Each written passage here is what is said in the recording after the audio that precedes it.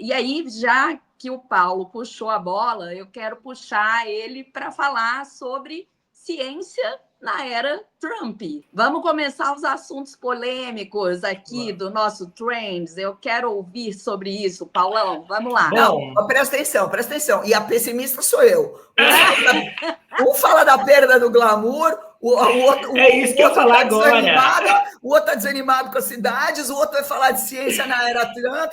Se a Júlia falar que ESG foi para o buraco, danou-se, e eu quero matar o Juliano, que vai falar dessa ordem maldita. Então, eu não quero ser ocupado hoje por estragar o otimismo de ninguém no futuro, tá? Sobre o futuro. Então, assim, já não estava sabendo da carta do especialista, eu acho que a gente está captando aí um sentimento do nosso tempo e está traduzindo para esse episódio de hoje. Não tem como não falar sobre o segundo mandato de Donald Trump, sobretudo porque faltam menos de 10 dias. Segundo, porque do ponto de vista do que eu vou falar, que é o que é esperado em termos de investimento em ciência, sendo que ciência ela se tornou uma arma tecnológica, existe hoje uma corrida tecnológica que está sendo degladiada entre Estados Unidos e China, e os tensionamentos geopolíticos em relação a tudo isso, e também porque, historicamente, investimento em ciência é investimento em futuro, em progresso, né? Então, o que a gente espera da maior potência do mundo, e mais do que isso, do país que mais faz investimento em ciência no planeta, nos próximos 4 anos, tá? O que tem sido pautado é bastante temerário, sobretudo porque quem compõe parte das agências de fomento à pesquisa nos Estados Unidos, que vai compor a equipe do Donald Trump, é o Kennedy, o Robert Kennedy Jr., é da família Kennedy. E ele é um negacionista antivacina declarado. Mais do que isso, ele não acredita em desenvolvimento de vacinas. Ele vai comandar essas agências de fomento à pesquisa, e tudo está indicando que ele vai fazer cortes muito profundos em desenvolvimento de biotecnologia aplicada a ciências biomédicas. Então, assim, os cientistas da área, eles estão preocupados, estudantes que são estrangeiros estão considerando outros países para fazerem seus doutorados, seus pós-doutorados. Então, há um tensionamento. Nem tudo, obviamente, são coisas ruins, porque o dinheiro de investimento, ele termina sendo redirecionado. As preferências de investimento científico que estão sendo, a princípio, analisadas nessa conjuntura política seria a área de computação quântica e inteligência artificial, porque elas são consideradas áreas estratégicas. A gente não vê uma redução geral do financiamento científico, muito pelo contrário.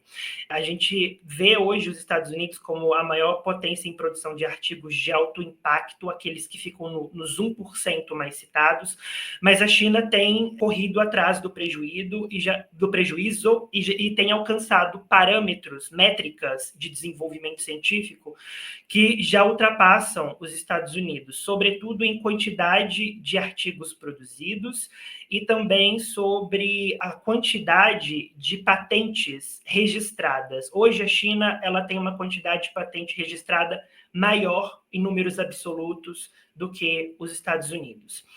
Um outro ponto que é interessante falar sobre o secretário de Defesa norte-americano, porque a gente sabe que o complexo industrial militar dos Estados Unidos desenvolve muita ciência e de forma massiva. O secretário escolhido é o Peter Hegseth, ele é ex-apresentador da Fox News e ele falou declaradamente que não acredita em germes e que não lava a mão faz 10 anos. Né? Eu acho muito difícil isso é verdade, mas para você declarar isso em uma rede nacional, você entende muito bem como a ciência está sendo vista pela equipe deste governo. Sobretudo, eu gostaria de pedir desculpas também para o Renato, porque a chamada foi sem chefe, sem regras, então assim, não existe nenhum paralelo em Donald Trump e Renato aqui nesse negócio, então não foi nenhum tipo de zoeira poeira em relação a ele.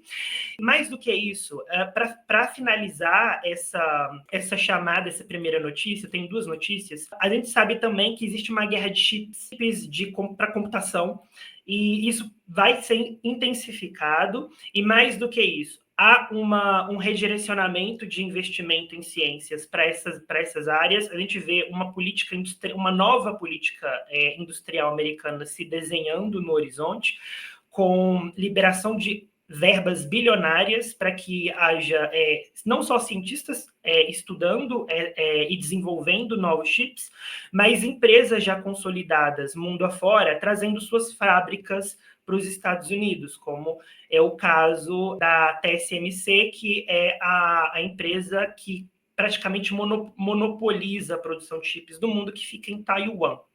Então, aguardar para ver os primeiros cenários e verificar se essa tendência de expectativas elas vão se concretizar ao longo do mandato, mas é muito, muito problemático. Sobretudo quando a gente fala de desenvolvimento em ciências biomédicas, porque foram indústrias nos Estados Unidos que, na época da pandemia, conseguiram desenvolver vacinas em tempos recordes. Então, assim, né, o que a gente pode dizer sobre isso? Para finalizar e trazer alguma coisa de bom nessa perspectiva negativa sobre a visão desesperançosa no futuro, finalmente, a IA está trazendo um exemplo prático, escalonável e comercial de terapias. A gente sabe hoje que mais de 100 mil pessoas morrem todos os anos em decorrência de picadas de cobras e aranhas. E qual que é o grande problema? Até hoje, não existe nenhum tipo de evolução no método de produção de soro antiofídico no mundo. Então, se utilizam animais, sobretudo cavalos. A gente sabe que o Brasil é um dos principais referências em produção de soro antiofídico. A gente tem como maior representante de produção desse soro, ou que a gente também pode chamar de antiveneno, o Instituto Butantan. Mas é custoso, a gente leva meses para produzir quantidades muito pequenas. Eles precisam ter um armazenamento e um acondicionamento bastante complicado, porque você precisa de freezer, você precisa de geladeiras. Então, quando a gente fala, por exemplo, de transporte, isso se torna um problema, sobretudo o envio desses soros para cidades interioranas, que têm uma infraestrutura reduzida. Então, o ganhador do Nobel, David Baker, responsável pela construção de engenharia de proteínas sintéticas, eles conseguiram desenvolver um soro sintético produzido dentro de células bacterianas e células de levedura, utilizando modelagem computacional, utilizando inteligência artificial. E, pasmem, deu certo. Ou seja, depois de 100 anos utilizando o mesmo método, eles conseguiram utilizar uma plataforma de produção diferente. Mais do que isso, comparativamente muito mais eficiente. Do ponto de vista de sua produção, eles reduziram o tempo de produção de meses para semanas. E mais do que isso, eles conseguiram fazer com que as proteínas do soro não precisem ser acondicionadas por refrigeração. Então, você poderia muito bem colocar numa EpiPen, aquelas canetas de insulina, e levar com você, caso você vá para algum lugar mais hostil, que tem muita vegetação, para evitar incidentes com esses animais. Mas o que é mais interessante é que essa é a primeira prova de conceito escalonável em relação à utilização de desenvolvimento de novas terapias, que não só são tão eficientes quanto do ponto de vista terapêutico. Eles testaram em ratos, eles vão começar a testar em humanos esse ano, mas nenhum rato morreu. Eles utilizaram o veneno durante o período de 15 minutos, que é o tempo médio para ele gerar os seus efeitos tóxicos. Todos os ratos tiveram os venenos neutralizados pelas partículas proteicas desenvolvidas por inteligência artificial. Então, é isso.